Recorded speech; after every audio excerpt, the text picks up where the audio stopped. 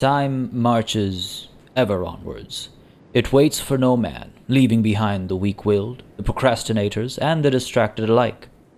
Across La Manche, we see clearly the results of such lapses in judgment. A once powerful nation that drove us from many of our vast colonial holdings now finds itself occupied. Quel dommage. But while it brings a smile to my face to see the British Empire cut down and London occupied, we must make sure not to let the foolishness of the Englishman infect our own minds. Do not assume that India is safe for us. Do not assume that her people are our friends. Do not assume that we are anything more than pawns in their game of chess, just as we think of them as pawns in ours. With the turning of the century, we are witnessing the birth of a new world order. The colonized has become the colonizer. The conqueror seems to have become the conquered. I will not see France suffer the same fate. With every one of their acts of aggression, we must make clear to the monarchs of India our stance. They may be a rising power, yes, but they have not yet risen to our stature, nor will they ever. We are not mere guests in Pondicherry. It is our land. It does not belong to some company or private landlord. It is French land, and mark my words, when the Indians are done with the British, they will turn their eyes on us. The King of France, Ferdinand Philippe d'Orléans, in an address to his court after the fall of London. Hey everybody, it's PartyElite. Welcome back to our Sikh Empire run in Victoria 3. Last session was absolutely massive as we managed to finally acquire some territory in Great Britain itself, but beyond that as well, we managed to acquire a fair few resources within those lands that we've desperately needed for some time now. Though unfortunately, alongside that, we've also acquired quite a few radicals, and beyond that still, we've also managed to acquire a fair number of secessionists. Folks, the English are none too pleased about having a foreign overlord control their homelands. They are none too pleased about the level of turmoil that they're suffering under. They are none too pleased about having to taste their own medicine. But folks, we are not going to be like the English overlords were in the Indian subcontinent. We will not cause them to suffer. We will not treat them as they treated us. Fact of the matter is that I'm actually going to look after our English subjects because, again, we've seen the results of such hubris and such authoritarianism. We've seen what happens when one rules with an iron fist over foreign lands. We were the creators of their doom. A nation, an empire, a people that once almost ruled the entirety of the Indian subcontinent now barely hold on to the entirety of their own homelands. So we do not wish to suffer that same fate. We are going to make sure that the English within our empire are kept happy. We're going to make sure that nobody tries to secede, not only because it is the just and right thing to do, but also because if we suffer an English secession, we're going to lose the home counties, the West Country, and the Midlands all at once, because those are all, of course, English homeland territories. And taking those back is going to be extremely difficult because the English secessionists are not going to have any colonial holdings that they'll have to defend. We won't be able to bait their generals anywhere. We're going to have to fight them, make landfall on the Isles once more, this time without the opportunity to, yes, pull them somewhere else and distract them and pull the old bait and switch. So on the one hand, yes, it's a matter of justice and, again, doing unto others how we would have hoped was done unto us. But on the other hand, it is also a strategic decision. We have to be very careful about English secession, though at the end of the day, our main focus now, folks, is the last act of this campaign, which will probably take a few sessions. I saw some of you asking if last session was the last session. It was not. We have a few more sessions to go where we will continue to develop our glorious empire as we wait for our truce with Great Britain to come to an end. That'll be in 1909, at which point in time we'll kick off our diplomatic play to finally subjugate them and get that achievement we've been waiting for, right? The achievement we've been working towards, and perhaps after that we'll finally go in and form India. Now, naturally, we do still have to get pan-nationalism to do that. There is one tech that is required, but it'll take just 17 months to research. And again, I'm holding off on forming India until after we subjugate Great Britain because I've been told that forming India first prevents that achievement from firing. So we want to be very careful about that, and we want to make sure we do it in the right order.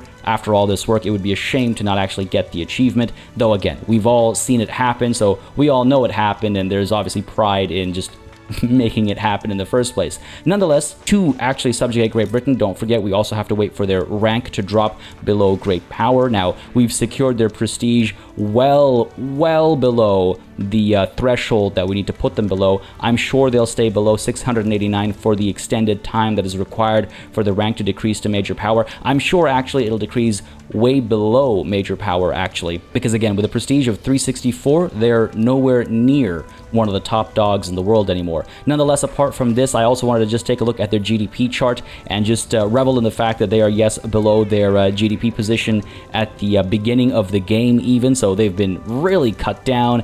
And beyond that too, their standard of living has dropped rather significantly, as you can see over here. I didn't point this out during the previous session, but I noticed when I was doing my editing that, yeah, their standard of living dropped from like 15 or so down to 12.7, and that is a huge hit. They've been cut off from a lot of their goods, and it's important to point out as well that over here we have East Anglia that's actually been cut off from the market in its entirety. You'll see British market access over here at 0%, and as a result of that, the people of East Anglia are growing extremely upset, and their standard of living is going to drop lower and lower over the next handful of weeks, if not months or years, and it's just going to cause more turmoil in Great Britain, which we can then leverage, of course, when it comes time for our diplomatic play, because they'll start losing war support more quickly, and they'll be more willing to give up more readily. So that's all exciting stuff, and that is also part of the reason why I made this move to sort of split Great Britain in twain. But beyond that as well, again, yes, there is the coal available in the Midlands that I desperately wanted, and there are, of course, coal mines in the home counties as well that we're definitely going to be taking advantage of. Now, apart from just taking a quick peek at the British situation, I do also want to celebrate our own skyrocketing GDP. I mean, just look at that huge climb there. This is absolutely beautiful. This is, of course, when we had our own revolution situation, but that was very quickly tackled, and we're well past having recovered from that situation now. Beyond that as well, our standard of living isn't amazing. We are still working on it, though. You can see the slow but steady climb over here, so I'm very much looking forward to seeing our standard of living go up, while at the same time, our literacy has been seeing a very steady increase. In fact, we can probably build up another university to take more advantage of our innovation, but we'll tackle that in a few moments' time, because there are a few other things that I think need dealing with first. And as I settle in to deal with that, folks, I just want to mention really quickly, I've seen some excellent suggestions in the comments with regards to what playthrough you would like to see next. I am noting all of them down, and I have a few plans and ideas of my own as well. Just keep in mind that, of course, we are going to play this campaign to its conclusion. Again, that'll be about maybe 2 or 3 more episodes, and then we'll go ahead and switch over to a new run. Keep those suggestions coming, though, if you have any additional thoughts you want to throw into the comments. And of course, if you've enjoyed this series and you would like to see more Vicky 3 on the channel, if you'd like to see this series still to its conclusion, don't hesitate to let me know with a like and a comment down below. Now, with that said, let's go ahead and tackle this secession situation. Again, the reason why we're seeing a desire to secede is because of turmoil. So if we manage to tackle turmoil, we'll be in a much better position as far as the secession situation, right? There's only a 0.2% chance of a movement actually kicking off, and that might sound like nothing, but it's actually a lot higher than you ever want it to be, because again, the strategic position that the English would hold if they were to secede is absolutely insurmountable outside of the luckiest dice rolls. So let's just try and cut that off before it becomes a problem by focusing, yes, on the English, particularly living in their own homelands up over here. Their turmoil is rather high, and in order to tackle that, we're going to do a few things, one of which I didn't really want to do until we acquired Assam, but unfortunately, push has come to shove, and desperate times call for desperate measures. So rather than chasing after tea in Assam, which is again my own favorite type of tea, we're going to chase after my second favorite type of tea, which is Darjeeling tea. And Darjeeling, I believe, is located in North Bengal, or rather West Bengal in modern day, but in this map, North Bengal, and partly in Sikkim as well, if memory serves me correctly. So, in sort of celebration of that, we're going to head on over to North Bengal, where despite the desire to reduce the strength of landowners and rural folk, we're going to go ahead and, yes, build up some of the tea plantations here. Now, it is absolutely essential that we rush these tea plantations, and it is absolutely essential that we build a bunch of them. Fact of the matter is that the English obsession with tea is going to be hurting us right now, because they are actually going to add a lot of pressure and a lot of demand as far as tea is concerned, forcing that price significantly higher than it has ever been in this market. Plus 43.6% is nothing to scoff at, so we have to bring that price down. And at the end of the day, we can also opt to establish some import routes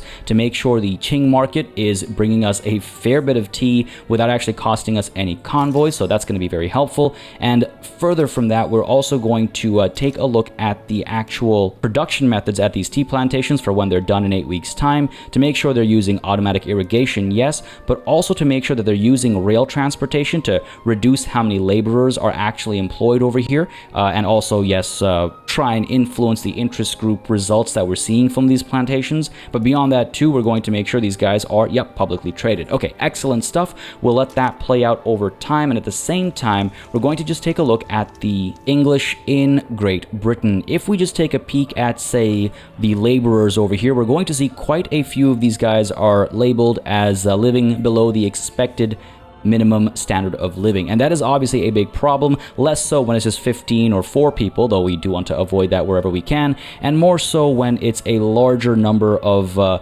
people in the same pop type that are suffering under, unfortunate circumstances. So if we just take a peek around at some of these, we'll see, for example, here, perfect example, 123k English Protestants working at railways are currently struggling, and their minimum expected standard of living is impoverished at 12. Stuff like that is hurting us tremendously. So we really have to work on improving these guys' overall situation.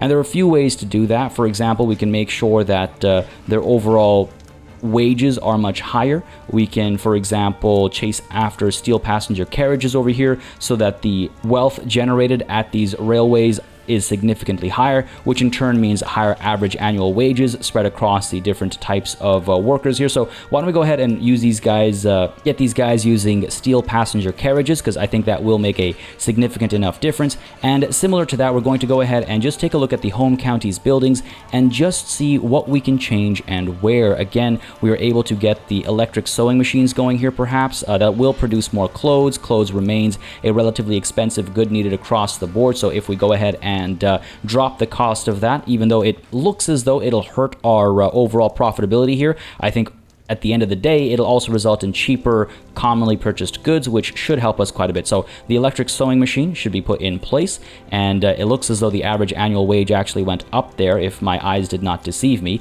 But beyond that as well, we're going to go ahead and get the craftsman sewing going as well to further increase the profitability of the building and actually produce luxury clothes as well. So let's go ahead and get that going. And with that, of course, the price of silk goes higher, so we can establish an import route here from the Qing market. They, again, will not take any convoys, but will deliver plenty of goods to us, so that should work out nicely. And we can also take a look at automatic power looms over here. Further, again, yes, increasing the profitability of the building, reducing the employment, though, so I'm a little concerned about that, but hopefully it'll work out okay in the long run, though temporarily it will add to our radical count, and it will hurt at least some people as far as employment opportunities are concerned. But if we go ahead and pop this, we'll see the average annual wage goes up significantly. Now, this will adjust a little bit as some of these numbers are taken into account, but for the time being, at least, we're seeing a positive change. And those kinds of positive changes are exactly what we want to encourage across the board over here. We want to make sure that we're using the right kinds of equipment. We're trying to make sure that the average annual wages are as high as possible, but we also, of course, want to make sure that we're not doing it for minor benefits, right? There are going to be certain circumstances where it just doesn't make sense to get an upgrade done, so we just have to be careful about that. Let's just try the rotary valve engine over here, because I do believe that will make a positive change. Yeah, the tooltips sometimes really confuse me, and I don't know what to trust. Drives me absolutely wild. Now, looking at the chemical plants, though, reminds me of another thing, which I'll touch on in just a moment as we just get the brine going here, not just for the profitability, but also for the additional explosives production. And that's actually because we want to make sure that all of these publicly traded chemical plants that should all be, yes, publicly traded, are producing more explosives, because at present, the only person that beats us as far as prestige is France. And I was taking a look at what gets them that advantage in between sessions, and a big part of it is from them being leading goods producers across a variety of things that give them a lot of prestige each, including, yes, explosives, and luxury clothes, luxury furniture, so on and so forth. I mean, you can see the list here. So we're going to try and chip away at French prestige. Many of you are calling for war against the French. I mean, eventually we're going to want Pondicherry, right? So that might actually be the last act of this campaign. But apart from war, there are a few other ways in which we can hurt their prestige, so we might try and pull some of these off in the meantime while we, yes, gear up to take Pondicherry back as well. But just wanted to point that out as we resume our task of trying to improve the overall livelihoods of the people living in Great Britain here. We definitely have to make some adjustments to these shipyards. They are using steamships, but they're only producing steamers, which barely makes them any money. So of course, we're going to chase after extensive military shipbuilding over here as well, and make sure these guys are publicly traded too. Again, hoping to just bump up wages wherever we can across all strata of society, because at the end of the day, the more money these people make, the happier they'll be overall. And I think that's just going to help us in the short term and the long term, truth be told. How much is fruit costing right now? If you just take a look at the cost of fruit, looks like it's okay, but again, it's a very popular consumed product. So why don't we go ahead and get the apple orchards going, and we can also make sure these guys are publicly traded, yes, to kind of again adjust who is making the most money out of some of these spots, right? Livestock ranches should be publicly traded as well. I mean, a lot of these conquered territories seem to be using old production methods, which is a bit of a bummer. I mean, the construction sectors we acquired aren't using iron frame buildings, so let's get that switched up. That should help a little bit. Apart from that, we can take a look at all of our barracks, which aren't using siege artillery. Same goes for the conscription centers. They're not using the field hospitals either, so let's get that all fixed up. Naval bases need to be using the monitor, and they can also get the Jeune École going, because again, these are technologies we unlocked but never actually implemented because of the timing of their acquisition. So let's get all that in place. Whereas railways here seem to be a mixture of different kinds of ownership. Let's go ahead and get them all government run, and let's go ahead and keep the mixed middle production method over here, because again, we're doing it based on locality. The ports, though, can all start using the industrial port production method. I'm sure that's going to make a very, very big difference to our convoy count and also to our profitability in some of the ports in these newly acquired territories. Home counties look like they're using the older production method. So yeah, these guys are the only ones that still need to change over to the industrial port. That should be nice and helpful for the entirety of the nation. But apart from that as well, yes, looks like some of these guys are perhaps not using the production methods they should be using. Publicly traded, please, across the board. Livestock farms, you as well. Everything else I think is fine as is, but these iron mines should definitely be using dynamite, and these sulfur mines should be using dynamite as well. Always good to go in and check every once in a while to make sure you're using the right tools in the right places, right? I think overall we're okay. The logging camp could maybe switch over to the electric sawmill. Looks as though we have enough electricity, though doing this change will actually bring the price of electricity up, so let's go ahead and avoid it for the time being and maybe get everybody chasing after just sawmills instead. Yeah, it seems as though the home counties are the only place that's using the electric sawmills. You know what, fine, you can keep doing that, but let's go ahead and produce hardwood here as well, and let's go ahead and make sure you're publicly traded too. That should be good enough for these guys. As in the urban sector, we can most certainly get maybe pot stills going, because we don't need that much liquor. I would like to produce more groceries if possible. We could just actually stick with prioritized grocery production. My goodness, that tooltip makes no sense. How can we start producing more groceries but also see the price go up? What's up over here? That can't be right. That can't be right at all. Let's go ahead and prioritize grocery production. We'll see what that does to the price of liquor and get this all publicly traded as well. And apart from that, the textile mills are still not using the right production methods. It's because some of them are using electricity. That's fine by me. Let's get the Midlands using craftsman sewing as well. That should be helpful for wages as well. And let's go ahead and get these guys using automatic power looms too. No, let's leave that as is. I don't want the cost of electricity to bring down the profitability of not just one, but multiple buildings, right? Whereas here we can get the mechanized looms going, sure. And that should be all well and good as far as profitability is concerned. Let's make sure these guys are all publicly traded as well. That will hopefully make all the difference I need, though I suppose we could take a look at the furniture manufacturers, get them publicly traded, and perhaps the water tube boilers over here. No, tools will start to become just a little bit too expensive, so we'll leave that as is, whereas the actual furniture that's being produced should probably be produced using precision tools. Yes, let's go ahead and do that, and we'll also have to seek out additional hardwood and additional tools eventually as well. It's starting to get to that point where tools are going to get rather expensive, I think. So let's go ahead and do that, leave everything else as is. Yes, there's a bit of a mixed bag in there, but it's not the end of the world in my opinion. I think we're perfectly okay. Whereas if we just take a look at our urban centers, I wouldn't mind getting these guys all using the electric streetlight, though electricity becomes just that much more expensive. We will go ahead and do that actually, because the price of coal drops to next to nothing. Is that for real?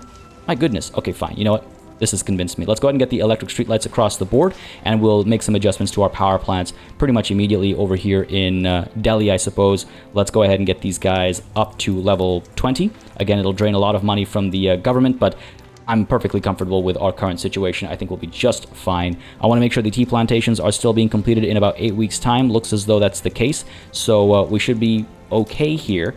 And if we just head on over to our institutions and make sure that law enforcement and home affairs are maxed out, we'll actually see the reduced progression speed of revolution and secession if that situation comes up.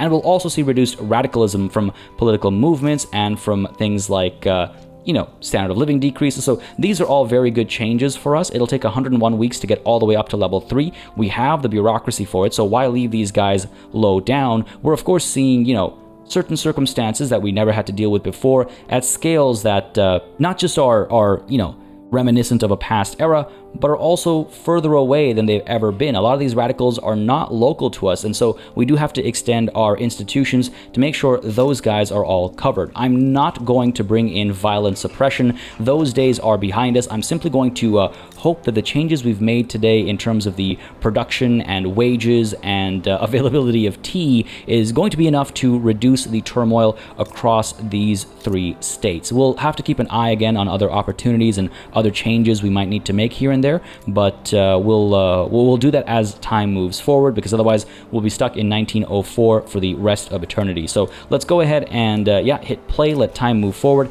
and just see how things start to develop across some of these places as monitors has been successfully completed. That is yet another journal entry, obviously having to do with our monitor technology finally being put to use. Let's take a look at what the shallow draft solution is all about. Designed for coastal defense operations, what monitors lack in ocean-going capabilities, they make up for in cost effectiveness. Admiral Bundanalwa has informed the Admiralty in Multan that his fleet will keep any foes away from Punjabi waters. Sir, while it might indeed look like a cheese box on a raft, I assure you that the 15-inch guns she carries in that box of hers are no laughing matter. I'm gonna be frank with you, I'm not very familiar with monitors. From my understanding, they are, yes, meant to provide protection in coastal areas closer to, your actual territory, as opposed to deep in the ocean and in the seas. Beyond that, though, I'm not actually very familiar with their application and any iconic moments in which they were particularly important. I'm sure I might be familiar with some of them, but I never really realized that, it was because of this particular type of naval doctrine. If you guys know anything to that effect, please share, because I'm quite curious. I'm always curious to learn more when a game especially presents something to me, so I'm very curious about this whole matter. Nonetheless, secure shores means secure commerce is probably not a bad idea. Increased throughput from our trade centers, again, just helps people's overall, standard of living and all that good stuff, while also making more money for the nation. We could orient our naval doctrine around these monitors, improving our naval defense, or we don't win by having the best ships, we win by having the most, increasing the throughput of our shipyards. I mean, while that is funny, it does also hurt the Navy offense and defense, because we're clearly reducing the quality of our ships. No, I think secure shores means secure commerce. So why don't we go ahead and pursue that instead? The extra trade center building throughput seems great. Our Navy is already superior to anything else the world has ever seen. We crushed the British Navy time and time again. Punjab, yes, ladies and gentlemen, rules the waves, right? We can say that with great confidence after our previous circumstances, I think. Now, this might sound ridiculous, but I wish the game had more charts. I wish I could hover over Turmoil, and apart from just seeing its results. I wish I could see the actual chart and see how Turmoil is being affected over time. I don't think that chart exists anywhere. Yeah, not even over here. So we just have to try and remember the numbers and hopefully see them adjust over time, or notice them adjust over time. If we take a look at the cultures screen, we'll see the desire for secession is at 68%, 68.44 to be precise. Hopefully we'll see this drop over time and become a much more manageable number, especially as those tea plantations get fully staffed up. We went from 68.44 to 68.43 or 42 now, so trending in the right direction. 0.27, all right. This is good. We just have to get it below 50%, and then things will calm down, and we will not have to worry about the potential secession that we're trying to fight over here. We can see quite a few goods are actually ridiculously expensive in our market right now. I just got this organized based on market price. Obviously, we are about to take care of tea, or we're trying to take care of tea. That'll be an active operation, I'm sure. But beyond that, there are a few options, I think, as far as our coffee plantations, right? We have quite a few in Mysore, where I do believe we're not actually using automatic irrigation, which we can do. It'll bring the price of coffee down significantly, while the price of engines won't be adjusted all that much, and we're going to see more machinists involved as well, which should again hopefully influence how our interest groups kind of pan out, right? So we'll actually do that across all of our coffee plantations. We don't have that many elsewhere. It's largely in, yes, Mysore, but why don't we go ahead and apply it across the board just to take maximum advantage of the extra productivity, right? And if we head on over to our market screen once more, we should see that the price of coffee, yes, has changed significantly, extremely quickly. We're actually the #1 producer worldwide. We've been that for a while now, if memory serves me correctly, and I wouldn't be surprised if we're that by a very large margin. Now, if we take a look at tobacco over here, we could expand some of our tobacco plantations, or perhaps because they're so spread out, why don't we head on over, yes, to our buildings and just get the tobacco plantations using the more modern production methods as well. These guys can use automatic irrigation. At this point in time, we see engines start to become just a little bit too expensive. Why don't we just then get Punjab maybe using automatic irrigation, and we could get the tobacco plantations in Madras over here using automatic irrigation as well, and perhaps North Bengal, just trying to bring the price of tobacco down without bringing the price of engines too high up. And at the same time, we're going to perhaps build some more upgraded motor industries, right? Up over here in North Bengal, we have the opportunity to increase these motor industries in size by quite a bit, and hopefully that'll make all the difference we need it to make. It'll take a fair bit of time for it to actually get done, but when it gets done, I think we'll have just a bit more headroom, as the case might be, to use more engines across more of these plantations. But back to the market screen, we should see hopefully the price of tobacco a bit more manageable now. Luxury furniture is the endless chase, right? Our white whale, luxury furniture, luxury clothes. I mean, we could take a look at the situation with regards to trade and who's maybe stealing some of our luxury furniture and luxury clothes and stuff away from us. But while we're on this screen, actually, I should perhaps point out the terrifying notification at the bottom right corner, which states that France have begun embargoing us. So this is a little concerning. It is going to stop the flow of tools, coal, and luxury furniture in, and we're suffering a similar situation, it seems, with Austria. Are these guys embargoing us as well? What do we have going on over here? Yes, looks as though there is an embargo. Okay, fair enough. We're just wasting a bunch of bureaucracy here, so let's go ahead and cancel all of these and see if there aren't other opportunities elsewhere to bring some goods in and perhaps send some goods out as well. But yes, let's take a look at our furniture, make sure that we are protecting domestic supply over here, because a bunch of people are actually pulling a fair bit of furniture away from us, and these guys continue to see their trade routes grow in size as our production grows as well. And so we're going to go ahead and protect domestic supply, yes, for furniture, and we're going to do the same for ironclads, make as much money there as we can.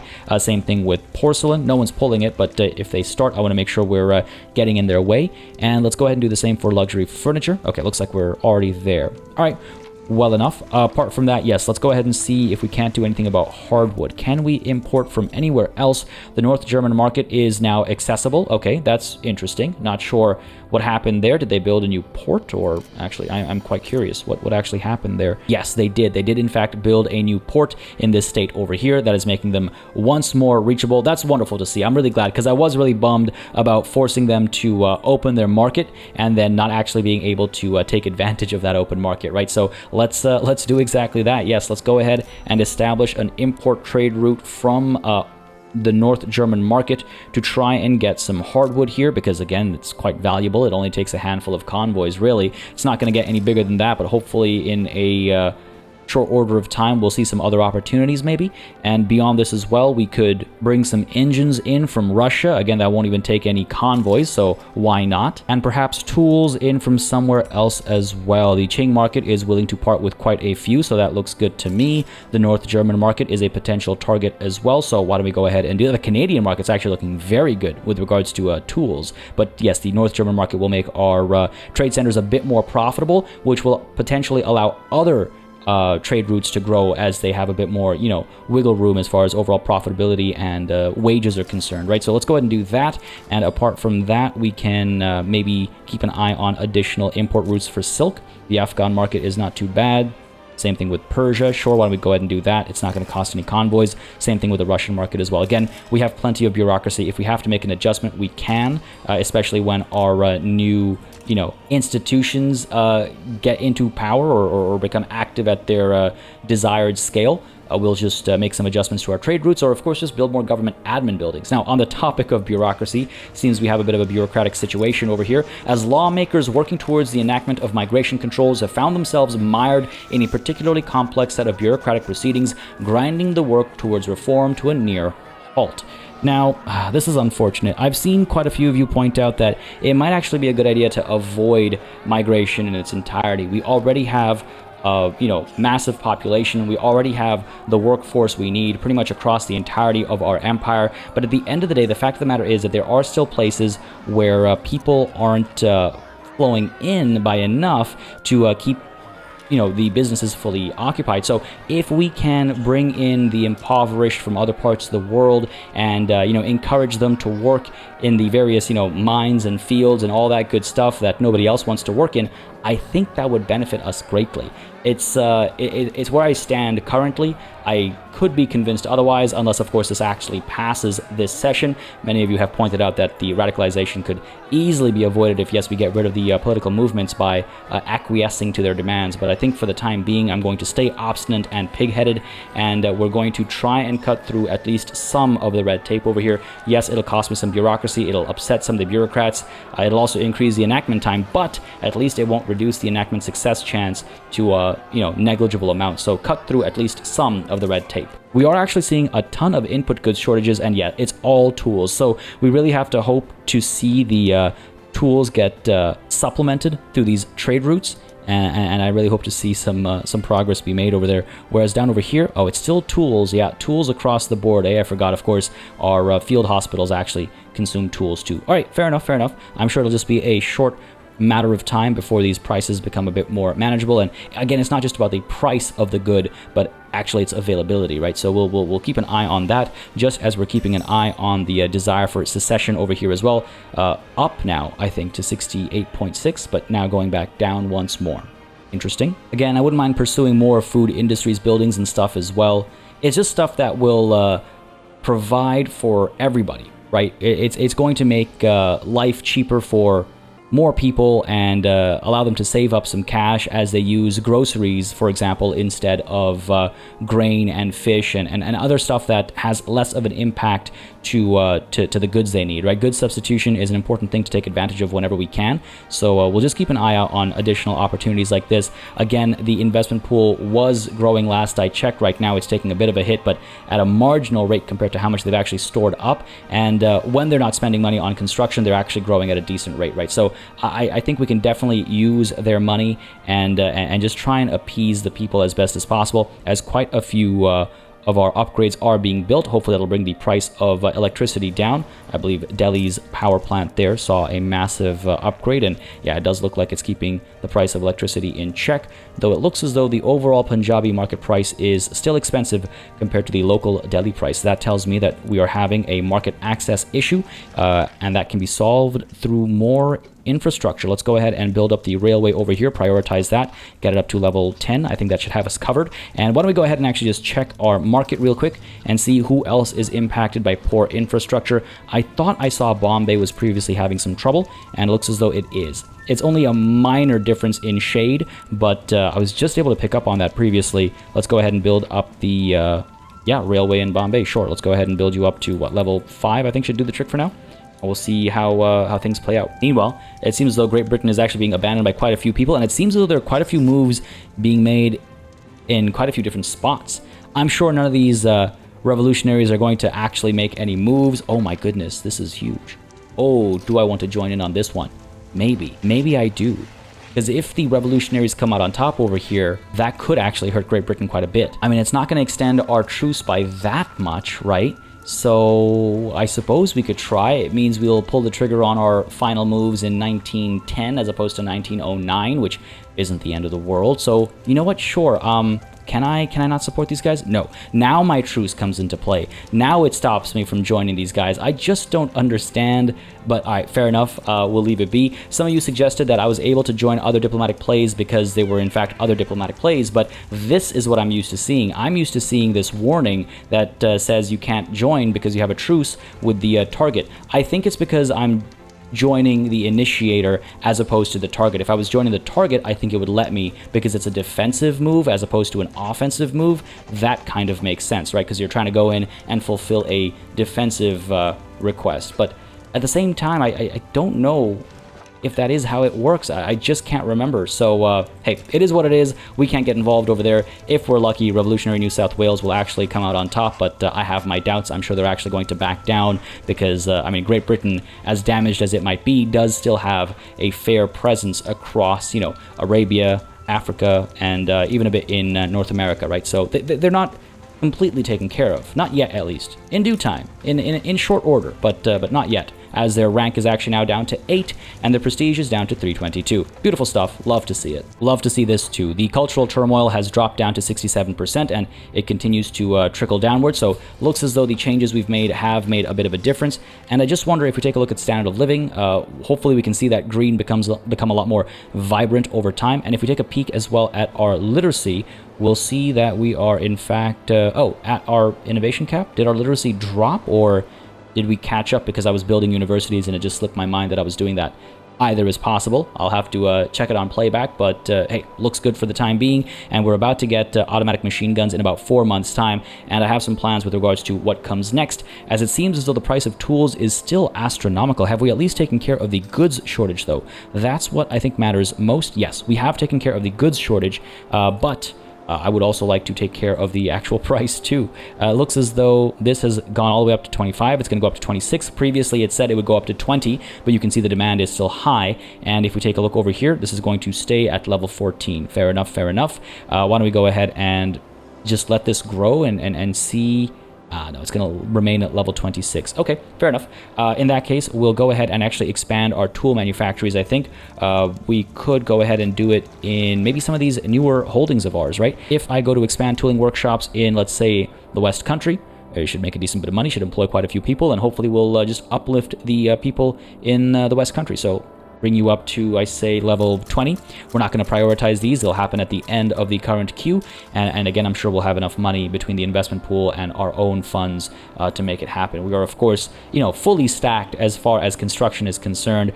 People are going to be kept busy for quite some time. I just hope that we see the investment pool continue to supply for most of the work being done. My goodness, 300K for a moment there. So yeah, this is feeling just perfectly fine. And again, perhaps I need to mention it every so often, but we're not even taxing the people, right? So trying to keep radicalization in check, trying to keep our overall legitimacy in check as well, and suffering some, funding issues as a result of that, but this negative can be stopped on a dime. So, I'm not very concerned at all, as the automatic machine guns have been unlocked, bringing us machine gunners for barracks and conscription centers alike. So why don't we go ahead and, first of all, deal with that, as self-propelled torpedoes have been unlocked as well, giving us access to torpedo boats for our naval bases. My goodness, our technology across our military capabilities is looking rather threatening, I have to say. So let's go ahead and get, machine gunners for the barracks and machine gunners For the conscription centers as well, again, it's going to make a significant difference to quite a few different stats. It's also going to make a significant difference to the cost of ammunition and small arms,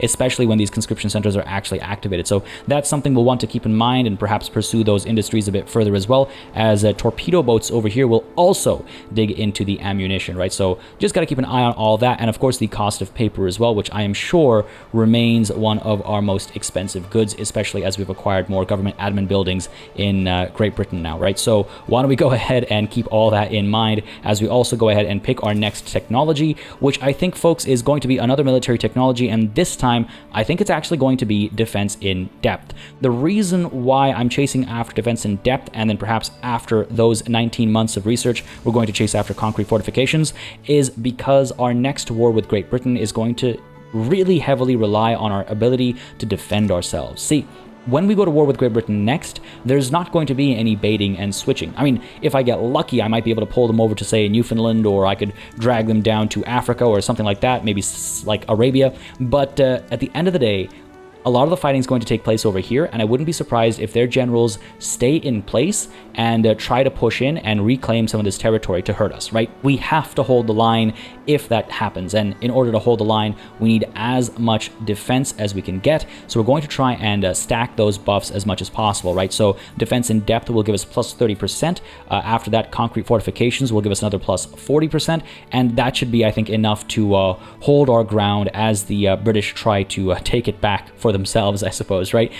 Separately, military aviation is also extremely tempting, though at that point, of course, yes, we are going to have to pursue things like oil to actually take advantage of aerial recon. It does give some benefits. As you can see, it does pump up our offense and defense both, and it also increases our province capture rate, but I just wonder if we shouldn't prioritize concrete fortifications. They'll both take 5 years, less once defense in depth is actually done, but we'll see. We'll cross that bridge when we get there, and of course, as we become a more literate nation, we're also going to see the time taken to research reduce significantly, right? So there's a few factors at play. I just wanted to outline my plans so you'd be able to weigh in if you wanted to, because I'm always looking at comments, I'm always looking at opinions and thoughts and how folks are feeling about our decisions. As the destroyer has begun spreading, our naval bases are going to continue to grow stronger. The destroyer is, once more, as you can probably imagine, a production method for our naval bases, adding to our offense and defense, but again, consuming more ammunition and ironclad. So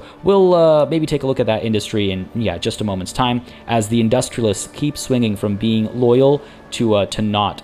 If I could just have their loyalty and get job creators, I would be extremely pleased. But what is causing this? You know what? It's this fluctuation between radicals and loyalists. That's what's causing us this trouble, as we're finally seeing enough radicalization to hit all of our interest groups. That is a bit of a bummer, but hey, what are you going to do, right? We're going to leave it be as is for the time being, as hopefully the completion of some of these, food industries and stuff actually helps reduce radicalization through providing more people with what they need. It is just the political movements.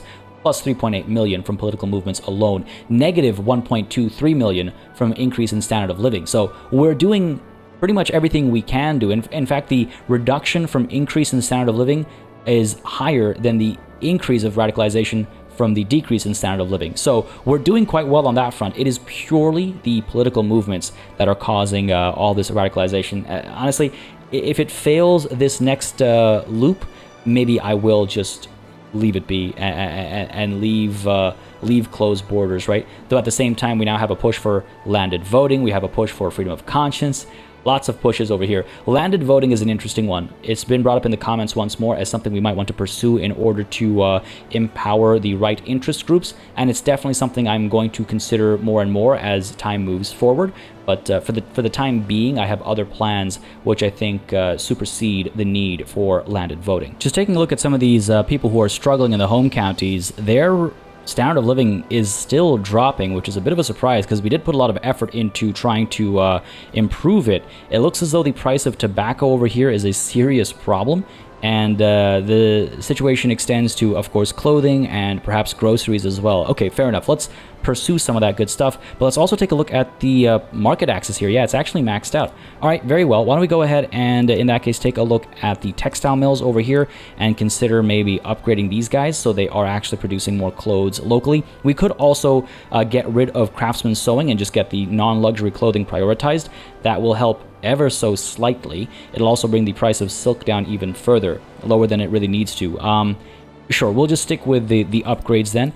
And apart from the upgrades over here, we're going to go ahead to our buildings, and we're going to actually get all of our textile mills, I think, using the electric sewing machine, which will produce a lot more clothes, though it'll also consume a lot more electricity and tools. All right, that's not the right call then. Over to Punjab, where I think we have the biggest textile mills. These guys can certainly make the change, though it will bring the price of electricity up. No input goods shortage, though. However, it does hurt the overall profitability of the building, right? So maybe that's not a good call. Maybe let's find the one in South Bengal, get these guys switching over. Yeah, a bit more manageable, I think.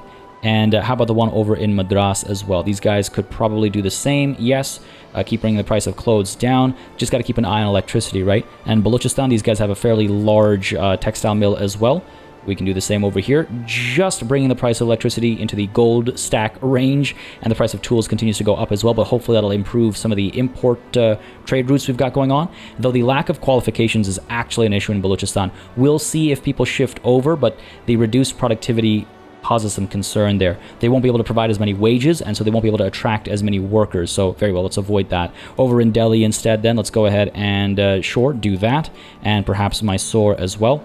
Let's go ahead and get that going. Then we'll head on over to Delhi and perhaps get the power plants over here upgraded, because they've got 100% market access, but it's still not spreading, far enough, or producing, I should say, enough electricity to keep prices down. So up we go to level 30. It'll take 30 weeks time. My goodness, we should maybe consider investing in, more upgraded construction methodologies. It would take about 17 months to research. It would help our construction sector tremendously, and it would actually also help our infrastructure a little bit too. So it might not be a terrible idea to pursue these steel frame buildings, but we'll think about that after some of our military technology advances have been completed, I think. Folks, I cannot believe it. We now have migration controls. My goodness, all I had to do was threaten it with cancellation, it seems, but now the industrialists are happier, the trade unions are happier, the petite bourgeoisie are happier. It's just the rural folk who are upset about this change. I'm sure these political movements are going to stay active for quite some time still, but we're going to just keep things calm for a little while. We're not going to push any additional changes as far as our laws and policies are concerned, because I don't want additional movements popping up now. I mean, the consideration I have right now is perhaps either chasing after our proportional taxation over here for that plus 74.2k. Oh my goodness, that number's a lot higher than it once was. This would upset the industrialists a little bit. It would also upset the landowners a little bit, but it would appease the trade unions. Ooh, this one is really tempting. 11% chance of enactment per tick is not terrible. We could rely on events. Maybe we just wait for the trade unions to get a little bit stronger before pushing for this one, but 74.2k is no joke. That's not a small amount. That could actually make a viable difference to some of our approaches. Apart from that, though, I was also wondering about child labor laws. Do we push compulsory primary school? I do believe that upsets the industrialists. Do we push restricted child labor, which also upsets the industrialists, but a little bit less? Or do we perhaps chase after welfare? See, we can go ahead and get poor laws going, which would allow us to further support people who are making less than a certain minimum wage. And it's a good way to make sure that your pops are, supplied with enough money to get by with. So I'm kind of tempted. However, that will take money from the government. So if we do get poor laws active, we'll have to be just a bit more careful about taxing the people, and we'll have to be a bit more careful about building and how much of a negative we're actually seeing our balance in, because it will start to chew away at more of our money. It's a 32% chance to enact every, however many days. Once we actually click it, we'll know. And it does please the industrialists and the trade unions while upsetting only the landowners. So you know what? As much as I said we're going to keep calm and not make any more policy changes, I think we'll chase after poor laws. Wage subsidies will actually upset industrialists, and old age pension will too. So those are topics of conversation for another time, I think. They also have a significantly lower chance of actually being passed. So we'll chase after poor laws for the time being, and hopefully we'll see the industrialists' happiness save us a fair bit of money in their increased contribution to the investment pool. And hopefully, even though it'll hurt our economy, or I should say, even though it'll hurt our, government's coffers. It should hopefully help our economy by uplifting our people and maybe making some more money off of them through taxes, right? We'll see how it plays out, but for the time being, I'm just going to wait to add more to the construction queue. Let's get all this stuff done. Let's make a bit of money because we are reaching about 50% of our credit limit, which is where I do start to get a little nervous, though again, the rare reminder that happens all too often, regular tax rates will reduce that negative significantly. Slightly higher than regular will, my goodness, absolutely demolish that negative. So I am the furthest thing from genuinely concerned about this situation up over here. We're perfectly fine. And that's with tax waste, ladies and gentlemen. Marginal, but it is still tax waste. Ah, classic. France have declared Great Britain to be their rival. Good stuff, good stuff. Hopefully that'll, help us out in some ways. And naturally, the preserve no social security political movement has kicked off. That took like no time. So we're going to see the further increased radicalization. I mean, again, we're doing what we can while also trying to help the people out. I think the poor laws are going to ultimately help quite a few people out as far as standard of living is concerned. It's really just a matter of the previously in power becoming upset. Now, what's funny again is that even though it says 23.5 million up over here, as far as a percentage of our population, that's nothing, right? That's not a big deal. I mean, you can see the relatively light shades of red outside of Great Britain. We're doing just fine. I shouldn't stress so much over it. And vacuum canning has been unlocked, so this will actually take some oil if we want to use it, but it will help us produce more groceries. That's probably not a terrible idea. It'll also use less grain, bringing the price of grain down a little bit. Maybe I should take a look at where we might be able to acquire oil from. If we just take a look at the detail screen here, I know we can't build any oil rigs or whaling stations of our own, but why don't we see where there is some production going on and see if we can't have some conversations with the Confederate States of America. Is that really my only option? The United States are producing some as well. Or is that, yeah, okay, that's the United States. Is there really no production anywhere else in the world? My goodness. Oh, no, we have some over here in West Galicia. Okay, fair enough. You know what? Let's go ahead and establish an import route perhaps with... Oh, that's not an option because of an embargo. How dare they? All right, well, the Qing market apparently is producing some, so we'll go ahead and get some from there. It won't even take us any convoys, and I'm sure that trade route will increase in size as our demand for oil becomes higher and higher, right? So why don't we go ahead and head on over to our buildings, over to our urban sector, and get these food industries, yes, chasing after vacuum canning. We'll see how that plays out. Again, it'll bring the price of grain down. It will make fish a lot more expensive, so perhaps we should invest in that, and it will make groceries just a little bit more expensive. Again, I don't think this tooltip is being honest with us here. Vacuum canning it is. We'll keep an eye on the price of groceries as adjustments to liquor costs might not be a terrible idea. Again, we're producing so much more groceries now that it's not as much of a concern to prioritize grocery production. So sure, why don't we go ahead and do the patent stills and just chase after the additional production of glass and sugar to keep those costs in check. I do believe we are exporting a lot of our sugar, so why don't we take a look at our trade routes and find out that we're actually not exporting sugar at all. My goodness, really? All right, fair enough. That's easily solved, I think, because we are able to get our sugar plantations using automatic irrigation. That should help a little bit at least, and hopefully that will work out all right. There are a couple of things that we'll need to concern ourselves with. We could just import fish from the Qing market, sure. Again, all these like staples and stuff we can bring in from elsewhere. The Russian market too, sure, why not? We don't have to invest further in those. Whereas oil over here, yeah, I do wonder if I need to import it from elsewhere as well. I don't know if the Qing market is producing enough of it to actually export to us. Looks like predicted level is 3 now, so hopefully that'll actually be manageable, and hopefully we'll actually produce enough groceries to bring the price down rather than up as we've done for the time being. We'll keep an eye out for it and just make sure that people aren't suffering more because of our desire to use oil for the first time, I guess, in this style, I suppose, at least. And my goodness, speak of the devil, it seems as though we have a diplomatic play led by the Confederate States of America. That's funny. I was just talking about them. You know what? I spoke of them with such disdain, even in that, 1 or 2 sentences that I said. I think I have some plans for the Confederate States here, and I don't think they're going to like them. As is always the case, anytime someone pushes to try and cut us down to size, we respond with great vehemence to punish them for even thinking that they might be able to pull something like this off. So as we can see, no one's really interested in joining us, but there are quite a few sources of war reparations potentially willing to join the Confederate States of America, but our primary target is of course going to be their way of life and everything they hold so dear.